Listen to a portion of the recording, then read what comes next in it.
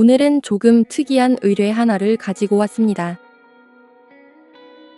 단순히 금이 많이 나오는 소재가 아니라 이미 한번 공정을 거쳤음에도 불구하고 아직 끝나지 않은 소재입니다. 구독자님의 의뢰를 받고 현장에 도착했을 때 가장 먼저 눈에 들어온 것은 두 개의 마대에 나눠 담겨 있는 대량의 전자부품들이었습니다. 겉으로 보기에는 단순한 폐자재처럼 보일 수 있지만 내용물을 확인해보니 일반적인 기판이 아니라 부형 서버에서 사용되는 분리형 CPU 소켓이었습니다.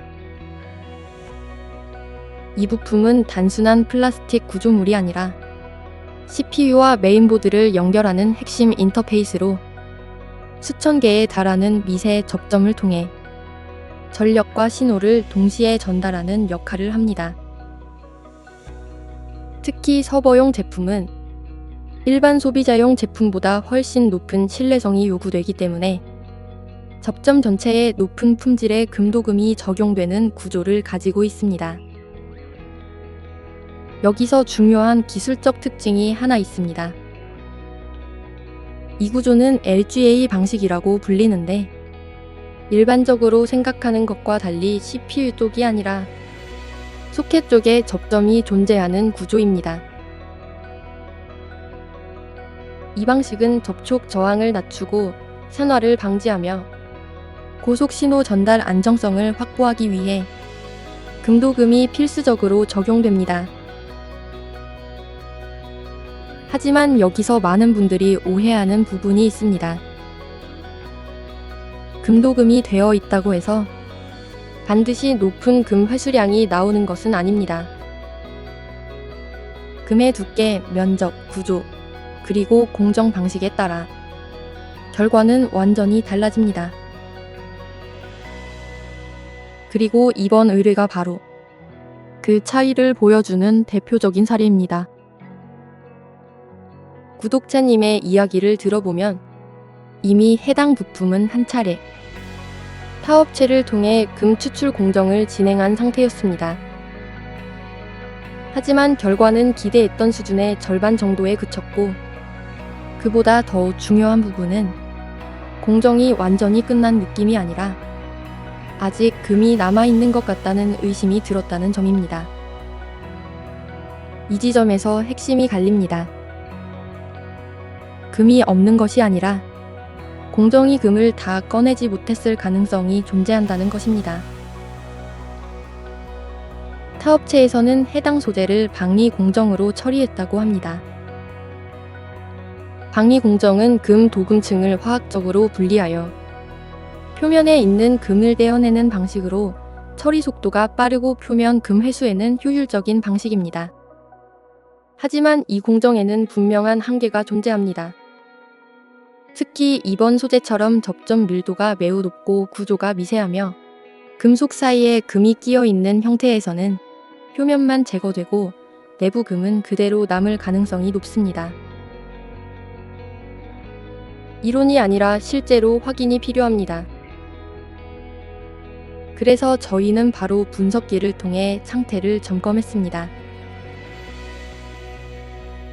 분석 결과를 보면 여러 샘플에서 공통적으로 금 성분이 지속적으로 검출되었습니다.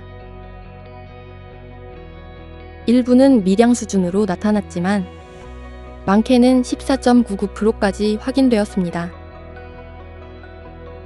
이 결과는 매우 명확한 의미를 가집니다. 이미 한번 공정을 거쳤음에도 불구하고 아직 회수되지 않은 금이 남아있다. 그리고 또 하나 눈에 띄는 부분은 몰리브덴 비율이 매우 높게 나타난다는 점입니다. 이건 단순 금속이 아니라 고온 환경에서도 안정성을 유지하는 고신뢰성 접점 구조라는 의미입니다. 이러한 소재는 단순 박이로는 완전히 분리되지 않고 금속 내부에 금이 일부 잔존할 가능성이 높습니다. 이제 물량을 정리해 보겠습니다.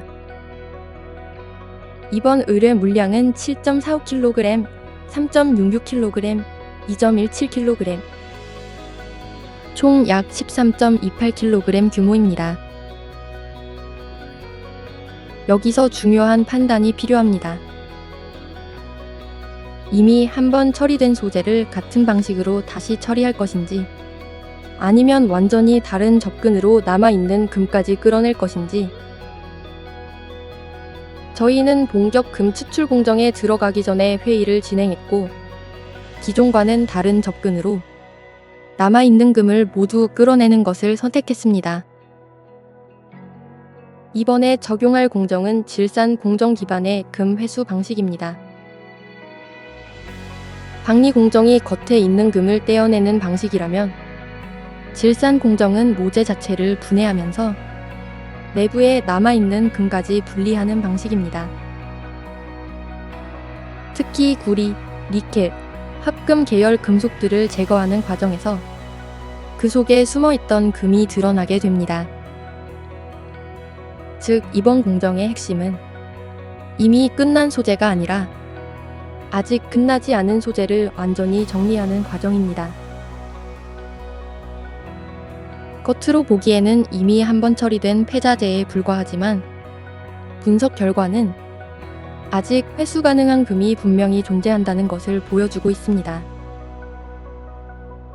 이제 남은 건 하나입니다. 이 금을 실제로 얼마나 끌어낼 수 있는지 지금부터 그 과정을 하나씩 확인해 보겠습니다. 본격적인 질산 공정에 들어가기 전에 가장 먼저 진행해야 할 단계는 전처리 과정입니다. 이번 소재는 단순 금속이 아니라 플라스틱 구조물과 금속 접점이 복합적으로 결합된 형태이기 때문에 질산 반응을 방해할 수 있는 요소들을 사전에 최대한 제거하는 과정이 반드시 필요합니다. 특히 이물질이나 산화된 표면, 불필요한 비금속 구조물들은 반응 속도를 떨어뜨릴 뿐만 아니라 불필요한 약품 소모를 유도하고 금 회수 효율에도 영향을 줄 수 있습니다. 그래서 이번 공정에서는 질산 반응에 직접적으로 필요하지 않은 부분들을 선별적으로 제거하는 전처리를 먼저 진행했습니다. 그렇게 전처리를 거친 이후 최종적으로 준비된 물량은 총 4개의 용기에 나누어 담겼습니다. 현재 소재는 개별 부품의 크기가 크고 전체 부피 또한 상당한 수준이기 때문에 한 번에 모든 물량을 투입할 경우 반응이 균일하게 이루어지지 않거나 내부까지 충분히 반응이 침투하지 못하고 일부 금속이 미반응 상태로 남을 가능성이 있습니다. 이러한 문제를 방지하기 위해 이번 공정은 총 4번에 나누어 순차적으로 질산 반응을 진행할 예정입니다. 모든 준비가 끝나고 이제 본격적인 질산 반응에 들어가겠습니다. 질산 공정의 목적은 단순합니다. 금이 아닌 금속, 즉 구리, 니켈, 합금 계열 금속을 먼저 제거하는 과정입니다. 이 과정을 통해 금이 붙어있던 기반 금속을 분해하고 금만 다로 분리될 수 있는 상태로 만드는 것이 핵심입니다. 질산을 투입하게 되면 반응은 비교적 빠르게 시작됩니다. 초기에는 갈색을 띠는 기체가 발생하게 되는데 이 기체는 질소산화물이라고 불리는 반응 부산물입니다. 이 갈색 연기는 금속이 실제로 분해되고 있다는 명확한 신호입니다. 특히 이번 소재처럼 구리, 니켈, 합금 금속이 포함된 경우에는 반응 초기의 기체 발생이 매우 활발하게 나타납니다. 여기서 중요한 포인트가 있습니다. 반응이 세게 일어나는 것이 중요한 것이 아니라 반응이 안쪽까지 제대로 들어가고 있는지가 중요합니다. 겉에서만 반응이 일어나고 내부까지 질산이 침투하지 못하면 겉만 녹고 내부 금속은 그대로 남게 됩니다. 그래서 이번 공정에서는 반응 도중에도 상태를 계속 확인하면서 기체의 상태, 용액의 상태, 금속 표면의 상태, 이 세 가지를 기준으로 반응 진행 상태를 판단합니다. 시간이 지나면서 초기에 짙은 갈색 연기는 점점 줄어들고 거의 보이지 않는 상태로 전환됩니다. 이 시점은 대부분의 반응성 금속이 제거되었고 질산 반응이 마무리 단계에 들어갔다는 의미입니다. 또 하나 눈에 들어오는 변화가 있습니다. 질산 반응이 진행되면서 용액은 점점 녹색 또는 청록색을 띠게 되는데 이는 구리 성분이 용해되면서 나타나는 전형적인 반응색입니다. 즉, 갈색 연기와 녹색 계열 용액, 이 두 가지가 동시에 확인된다면 정상적인 반응이 이루어지고 있다고 볼 수 있습니다. 하지만 여기서 잊지 말아야 할 것은 2단계에서는 금은 녹지 않는다는 것입니다. 질산은 금을 녹이지 못하는 산이기 때문에 현재 진행되는 반응은 금을 제외한 금속만 제거하는 과정입니다. 이게 바로 질산 공정을 먼저 사용하는 이유입니다. 불필요한 금속을 제거하고 나서야 이후 공정에서 금을 효율적으로 회수할 수 있기 때문입니다. 질산 반응이 완료된 이후 다음 단계는 반응이 끝난 용액과 잔여물을 분리하는 과정입니다. 일반적인 공정에서는 바로 여과지를 사용해 분리를 진행하지만 이번 소재는 플라스틱 구조물이 포함된 복합 구조이기 때문에 그대로 여과지를 사용할 경우 구조물에 의해 여과지가 찢어질 가능성이 높았습니다. 그래서 이번 공정에서는 여과지를 바로 사용하지 않고 먼저 거름망을 이용해 1차적으로 큰 구조물과 용액을 분리했습니다. 여기서 끝이 아니라 플라스틱 구조물의 특성상 표면과 내부 틈에 반응이 끝난 뒤에 산성 용액과 잔여 반응물이 남아있을 수 있습니다. 그래서 거름망으로 먼저 큰 구조물을 걸러낸 뒤에는 반복 세척을 통해 플라스틱 표면과 틈 사이에 남아있는 잔여물까지 최대한 깨끗하게 내려주는 과정을 진행했습니다. 이번 공정은 처음부터 총 4개의 용기로 나누어 진행되었기 때문에 앞선 질산 공정과 이 분리와 세척 과정 역시 각 용기마다 같은 방식으로 반복했고 결과적으로 총 4차례에 걸쳐 동일한 흐름으로 정리했습니다. 이렇게 모든 세척 과정이 끝난 이후에는 질산 반응이 완료된 용액과 세척 과정에서 함께 회수된 내용물들이 총 3개의 통에 모이게 되었습니다. 이 상태의 용액에는 반응이 끝난 산성 용액, 미세 금속 입자, 잔여물 등이 함께 섞여 있는 상태입니다. 즉, 액체와 고형물이 완전히 분리되지 않은 상태이기 때문에 이 혼합된 용액 전체를 대상으로 여과지를 이용한 2차 정밀 여과를 진행합니다. 이 과정은 질산 반응 이후 남아있는 모든 고형 성분을 완전히 분리해내는 단계이며 이후 금 회수 공정의 출발점이 되는 과정 중 하나입니다. 정밀 여과를 통해 액체와 고형물이 완전히 분리된 이후 이제 다음 단계에서는 여과지 위에 남아있는 잔여물을 대상으로 본격적인 금 용해 공정을 진행합니다. 앞선 질산 공정에서는 금을 제외한 금속만 제거되었고 금은 녹지 않은 상태로 미세 입자 형태 그대로 남아 있습니다. 이 금을 실제로 용해시키기 위해 사용하는 것이 왕수 공정입니다. 왕수는 질산과 염산이 혼합된 용액으로 각각 단독으로는 금을 녹이지 못하지만 두 산이 함께 작용할 때 금을 용해시키는 강력한 반응이 일어나게 됩니다.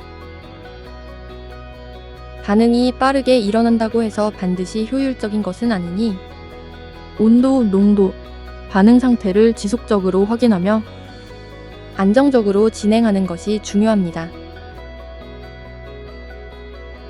왕수 반응을 통해 여과지 위에 남아있던 고형물 속 금이 용액 상태로 완전히 전환된 이후 이제 다시 한번 여과 과정을 진행하게 됩니다. 질산 공정 이후의 여과가 고형물에 남아있는 금을 확보하기 위한 과정이었다면 이번 여과는 용액 속에 녹아있는 금을 기준으로 불순물을 제거하는 과정입니다. 즉, 이제 공정의 중심은 여과지 위가 아니라 여과지 아래로 모이는 용액입니다. 왕수 반응이 끝난 용액을 여과지 위에 천천히 따라내면 여과지 위에는 반응 후 남은 불용성 찌꺼기, 미세 슬러지, 기타 불순물이 남게 되고 여과지 아래로는 금이 용해된 상태의 용액이 모이게 됩니다. 이 용액은 금이 이온 상태로 존재하는 핵심 용액이며 이후 공정의 결과를 결정짓는 중요한 단계입니다. 여과 시 용액을 급하게 흘려보내지 않고 일정한 속도로 천천히 진행하여 미세한 불순물까지 최대한 걸러내는 것이 중요합니다. 이번 용액의 경우 초기 반응 과정에서 발생한 슬러지와 불순물이 비교적 많은 상태였기 때문에 다시 한번 동일한 과정을 반복하여 총 2차례에 걸쳐 여과를 진행했습니다. 2차례의 여과를 통해 불순물이 제거된 맑은 용액만을 확보한 이후 이제 이 용액을 다시 반응 용기로 옮겨 다음 단계를 준비합니다. 현재 상태의 용액에는 왕수 반응 과정에서 사용된 질산 성분이 일부 남아있으며 이 상태에서는 금을 안정적으로 떨어뜨리기 어렵기 때문에 가장 먼저 진행하는 과정이 질산 성분 제거, 즉 중화 과정입니다. 여기에 요소를 투입하게 되면 용액 속에 남아있던 질산 성분이 분해되면서 이후 환원 반응이 정상적으로 일어날 수 있는 환경이 만들어집니다. 이 과정은 눈에 크게 보이는 변화보다는 반응 조건을 정리하는 단계에 가깝기 때문에 상태를 확인하면서 필요한 만큼만 정확하게 진행하는 것이 중요합니다. 중화가 완료되면 환원제를 투입합니다. 환원제가 들어가면서부터 용액 속에 이온 상태로 존재하던 금이 다시 고체 상태로 전환되기 시작합니다. 초기에는 용액이 서서히 탁해지며 시간이 지나면서 미세한 입자들이 생성됩니다. 이 반응이 정상적으로 진행되면 금은 용액 속에서 분리되어 바닥으로 가라앉는 형태를 보이게 됩니다. 하지만 이 상태에서는 입자가 매우 미세하게 분산되어 있기 때문에 바로 분리하기에는 어려움이 있습니다. 그래서 다음 단계로 응집제를 투입합니다. 응집제가 들어가면 흩어져 있던 미세 금 입자들이 서로 뭉치면서 더 큰 입자 형태로 변화하게 됩니다. 이 과정이 진행되면서 용액은 점점 맑아지고 금입자는 바닥으로 가라앉는 모습이 확인됩니다. 지금껏 보이지 않던 상태로 존재하던 금이 다시 눈에 확인 가능한 형태로 전환된 것입니다. 이제 다음으로 진행할 단계는 이 금 입자를 용액으로부터 완전히 분리해내는 최종 여과 과정입니다. 여과가 진행되면서 여과지 위에는 점점 더 선명하게 보이는 짙은 색의 금 입자가 쌓이게 됩니다. 이렇게 분리된 금은 아직 잔여 용액을 머금고 있는 상태이기 때문에 깨끗한 물을 이용해 여과지 위에 남아있는 금 입자를 여러 차례 세척하면서 잔여 성분을 최대한 제거합니다. 최종 여과가 완료되면 여과지 위에는 응집된 금 입자가 남아있는 상태가 됩니다. 이제 이 금 입자를 다음 단계로 옮기기 위해 금 입자가 모여있는 부분만을 선별하여 해당 부분의 여과지를 잘라낸 뒤 머금고 있는 물기를 최대한 짜내고 도가니에 옮겨 담습니다. 도가니로 옮겨진 금 입자들은 최종 단계인 용융 과정으로 들어가기 전 건조 과정을 거칩니다. 내부까지 완벽하게 건조될 수 있도록 충분히 건조 과정을 거칩니다. 건조가 완료된 이후에는 더 이상 수분 반응이 일어나지 않는 안정된 상태의 금 입자만 남게 됩니다. 화구 위에 올려져 있던 도가니를 꺼내고 금 추출의 마지막 공정, 최종 용융 단계로 들어갑니다. 건조 이후에는 입자가 매우 가볍기 때문에 처음부터 강한 세기로 시작하지 않고 입자가 날아가지 않도록 약한 화력으로 시작한 뒤 입자들이 안정적으로 붙기 시작하면 상태를 확인하면서 천천히 화력을 올려줍니다. 불 조절이 거칠게 들어가면 미세 입자가 튀거나 손실로 이어질 수 있기 때문에 끝까지 안정적으로 컨트롤하는 것이 중요합니다. 이 과정을 거치면서 금은 하나의 덩어리로 정리되고 최종 형태로 완성됩니다. 약 13.28kg에 이미 한 차례 금 추출 공정을 거쳤던 구형 서버 분리형 CPU 소켓. 과연 이 안에서 추가로 몇 g의 금이 회수됐을까요? 정말 이 소재 안에는 아직 남아있는 금이 존재했을까요? 정답은 예스였습니다. 이미 한 차례 공정을 거쳤던 이 소재 안에는 실제로 회수되지 않은 금이 남아 있었고 재공정을 통해 그 결과가 눈앞에 나타났습니다. 최종 회수된 금의 양은 약 3.34g. 그리고 분석 결과 순도는 99.82%로 확인되었습니다. 겉으로 보기에는 더 이상 가치가 남아있지 않을 것처럼 보였고 일반적인 기준이라면 그대로 폐기되었을 가능성이 높은 소재였습니다. 하지만 실제 공정을 통해 확인된 결과는 달랐습니다. 눈에 보이지 않던 금이 공정을 거치면서 하나의 결과물로 드러났고 결국 수치로 증명되었습니다. 이 차이는 단순히 운이 좋았기 때문이 아니라 소재를 바라보는 기준과 공정을 설계하는 방식의 차이에서 발생합니다. 전자 스크랩은 외형만으로는 절대 결과를 예측할 수 없습니다. 그래서 중요한 건 이 안에 금이 있을까?가 아니라 이 구조에서 금이 어떻게 존재하고 있는가를 정확하게 이해하는 것입니다. 그리고 그 이해를 기반으로 어떤 공정을 선택하고 어떤 순서로 접근하느냐에 따라 결과는 완전히 달라지게 됩니다. 이번 사례는 단순히 금을 뽑아내는 과정이 아니라 보이지 않는 가치를 알맞은 공정을 통해 정확하게 찾아내는 과정이었습니다. 앞으로도 저희는 단순한 추측이나 감이 아닌 실제 공정과 데이터 기반으로 다양한 소재의 가능성을 직접 검증해 나가겠습니다. 여러분이 가지고 계신 자재 역시 겉으로 보이는 모습만으로 판단하지 마시고 정확한 분석과 판단, 공정을 통해 그 가치를 확인해 보시길 바랍니다. 오늘 영상이 도움이 되셨다면 구독과 좋아요, 알림 설정하고 다음 영상도 놓치지 마세요.